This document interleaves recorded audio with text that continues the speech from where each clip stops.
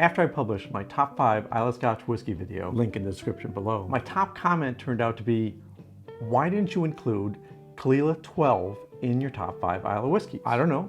Why do people like this Scotch so much? One way to find out. Let's do this.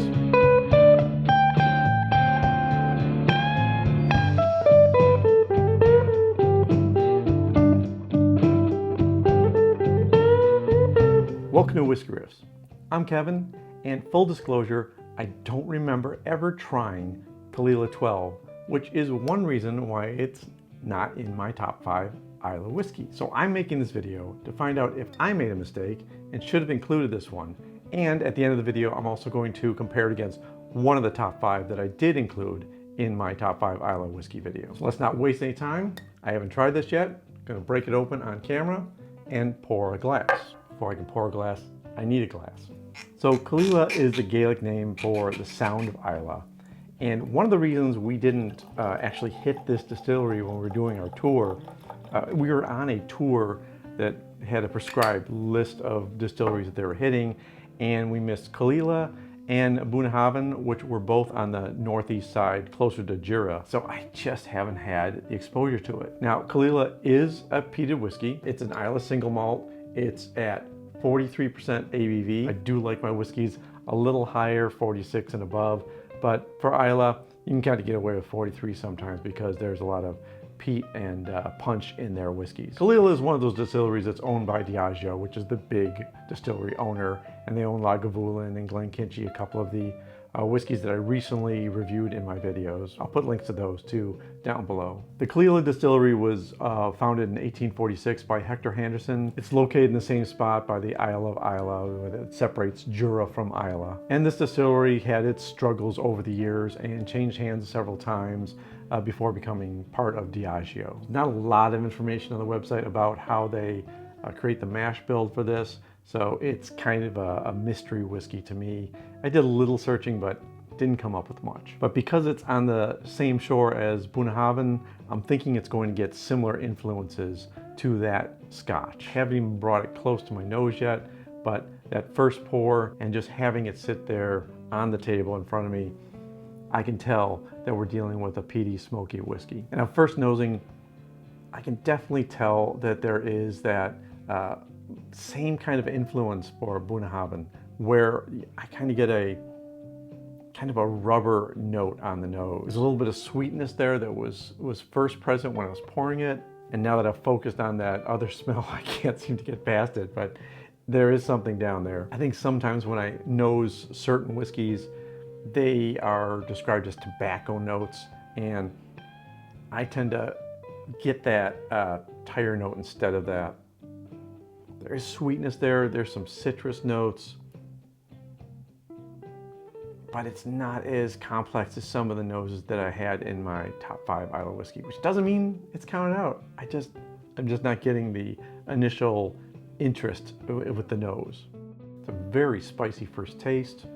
It belies the 43% ABV. Certainly hits you harder than that. There's a nice fruitiness there.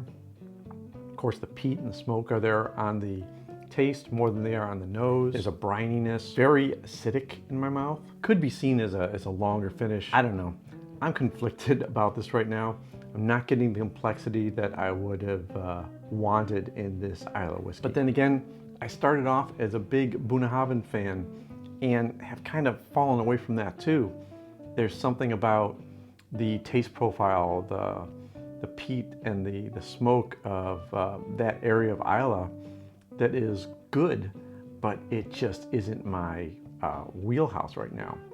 One of the things they did say was it opens up with some water, so let me go ahead and add that. Since it's 43%, I'm just gonna add 1 milliliter water to start off with. See what that changes on the nose. Ramps up the spiciness on the nose. I'm getting more citrus, I'm getting more light fruits. The water does change it, it does open it up a bit. And I do like it more on the taste. Again, I tend to forget that some whiskeys really respond well to just a little bit of water. And I think this one is one of those. The Caol Ila 12 now is fruitier.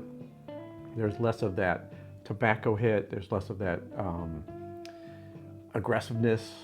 It tastes a little more refined with just 1 little milliliter water, but I don't know if I'm getting a lot of complexity out of this. I don't know if it's coming through as, wow, this is a really top Islay for me. And if you're really liking this whiskey for a reason, if there's some tasting notes that you think I'm missing or some techniques you think I'm not doing, let me know in the comments below. Also, if you're enjoying this video, I would really appreciate a like on it. It helps spread it around YouTube and more people get to see it.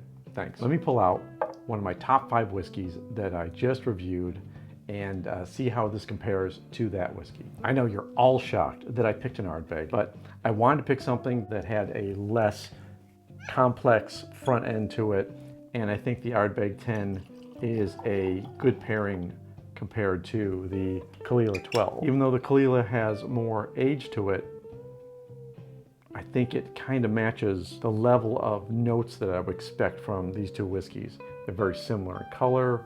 This is where taste comes in. This is where what you like is what you like.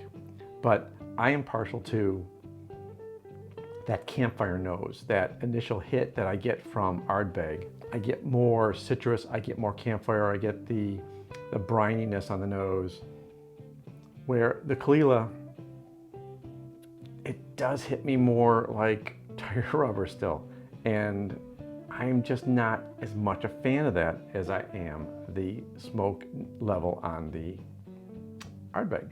Yeah, it's a tough call. I really, as much as I think that there's something here in the Caol Ila 12, I am just not as happy with it as I am even the Laphroaig 10 or any of the Ardbegs, or shoot, my pick for that top 5, which was the Port Charlotte heavily peated 10. If you've had both these whiskeys, I'd love to know in the comments which one you prefer and why, and what's your comparison between the two. Yeah, I'm sticking to my guns.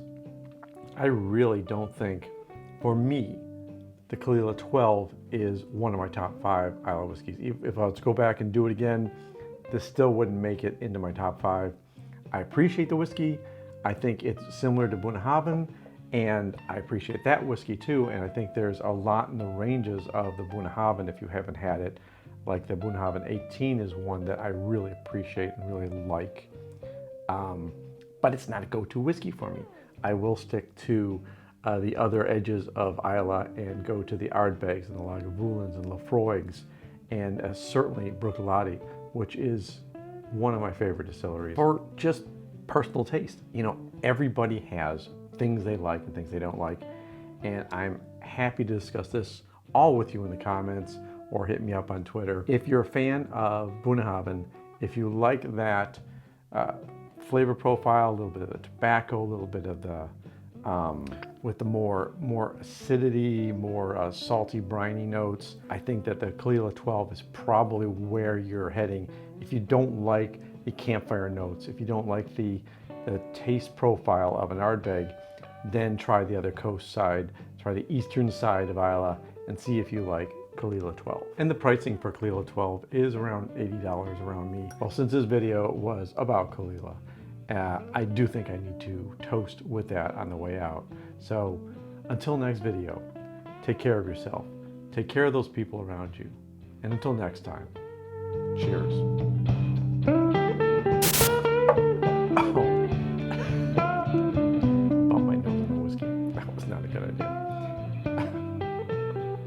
I mean, I didn't put my nose in the whiskey. I bumped the glass under my nose.